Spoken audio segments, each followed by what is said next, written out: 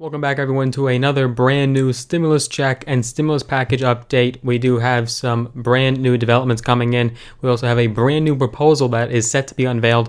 A lot of good news here, a glimmer of hope, so stay tuned to the end to hear it all. And if you have been enjoying my videos, be sure that you do give the video a big thumbs up, smash the like button. It'll just help with that YouTube algorithm, and it does support my channel. It's totally free to do it. It doesn't cost you a penny to hit that like button, so if you just go ahead and hit that like button for me, I do greatly appreciate it. And if you are brand new here, this is your first time here visiting, then welcome aboard. My name is Logan Cohn. I do videos now every single solitary day for you guys, sometimes multiple videos a day, all because of you and your support. It's the only reason I can do this, so I am so very thankful for all of you, each and every single one of you. So if you are brand new here and you don't want to miss any future uploads, go ahead and click that big red button, the subscribe button, and also hit that little notification bell as well. That way you're notified every single time I do make a new one. So first and foremost, we have statements that House Speaker Nancy Pelosi and Treasury Secretary Steven Mnuchin have now discussed several times, multiple times over these last few days regarding the next stimulus package. This is great news to progress talks and discussions surrounding the next package, and this will be very, very instrumental in the next bill being passed. Mnuchin said during a hearing before the Senate Banking Committee that, quote, "I've probably spoken to Speaker Pelosi 15 or 20 times in the last few days on the CR, or the continuing resolution." That's that agreement that lawmakers reached in order to go ahead and keep those talks going so that way a stimulus package gets passed before the fiscal year does end. And then he wanted to say, and we've agreed to continue to have discussions about the CARES Act. Pelosi told reporters on Capitol Hill we'll be hopefully soon at the table with them. We're ready for negotiation. That's what we're ready for. The House and Senate is set to break before the election, and then they convene and come back after the election is over. So this could be greatly signifying that the next package could be passed in time for the election, and this does bode very well. Lawmakers on both sides, Republicans and Democrats, and the White House and the American people are all in favor of more direct relief. In fact, in a recent poll, it was found in a Financial Times Peterson Foundation poll that 89% of American voters believed another stimulus bill was needed to offset the financial implications of the virus. Now, of those people, 39% said that both parties are, quote, equally responsible for the failure to get it done. And in that same poll, it said that more than a quarter, 26%, said that Republicans deserve more blame, and then 23% said Democrats are more responsible. No matter what your politics are, you have to admit that both sides of the spectrum are responsible here.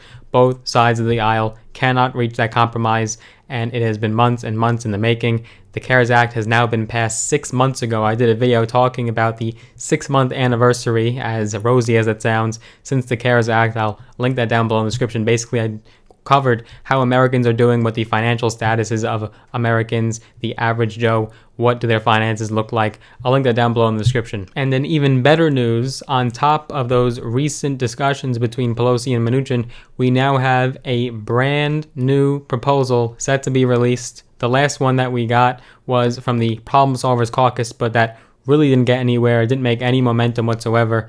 This could do a lot more better and make a lot more progress than that Problem Solvers Caucus proposal, which will never see the light of day and never manifest. This one seems like it could come to fruition. And remember, Trump recently was calling on Republicans to go for the higher numbers. Trump and the White House was even in favor of spending more money. So if Trump is in favor of it and the Democrats are in favor of it, then all we have to do is get the Republicans on board and we could see this proposal pass. But we're going to talk about it in just a second. So from what we know so far about the vastly embryonic news here, super rudimentary, what we know is that House Democrats are preparing a new, smaller relief package expected to cost about $2.4 trillion as they try to forge ahead with talks with the Trump administration. And this is from a person familiar with the plans. They said this past Thursday. And based on these reports, this proposal will be a lot more fruitful than, for example, the Republican Skinny Package or the HEALS Act. This one will include enhanced unemployment insurance, direct payments to Americans, Paycheck Protection Program or PPP small business loan funding, and aid to airlines, among other provisions, and this is all according to this person that's familiar with the plans. And in an attempt to compromise with Republicans, they would be cutting $1 trillion from their previous proposal, so it won't be as expensive as the HEROES Act, nowhere near that. This will be $2.4 trillion, but again, the Republicans said that they don't want to spend more than $1 trillion. They don't want to go a penny above it, so it will still face opposition in the Republican-led majority Senate. However, they could just break and give in, as Republicans are being told by Trump to go for those higher numbers. This would be the 5th pandemic aid plan, but only the 2nd stimulus check. But Republicans might feel laden with pressure, so much from their constituents, and they just might do this as a last-ditch effort to get any more voters and garner that support in time for the election. They may just agree to this. According to some early reports from Politico, they first reported plans to craft another bill. Pelosi is directing Democratic committee chairs to draft this legislation, and the House could vote on a bill as soon as next week, but Democrats have not yet decided on a plan in regards to the voting. But the Democratic-led House would not necessarily need GOP support in order to go ahead and vote on it next week, so we could see this pass in the House as early as next week, and then it would be off to the Senate. Pelosi and House Democratic leaders met Thursday afternoon to decide on what course they will take. Pelosi had told her leadership team, "We are still striving for an agreement." She added, "If necessary, we can formalize the request by voting on it on the House floor." Even the House has been facing backlash from some more moderate centrist Democrats that they're not taking enough action and not stepping up to the plate to get this next bill passed. This would be a substantial victory and win for House Majority Leader Steny Hoyer, who's been pushing for this idea for weeks now. And in more confirmation, we have the House Ways and Means Committee Chairman Richard Neal from Massachusetts. He had confirmed the plan later Thursday, saying a vote, if it were to happen, would likely occur next week before the chamber leaves for recess.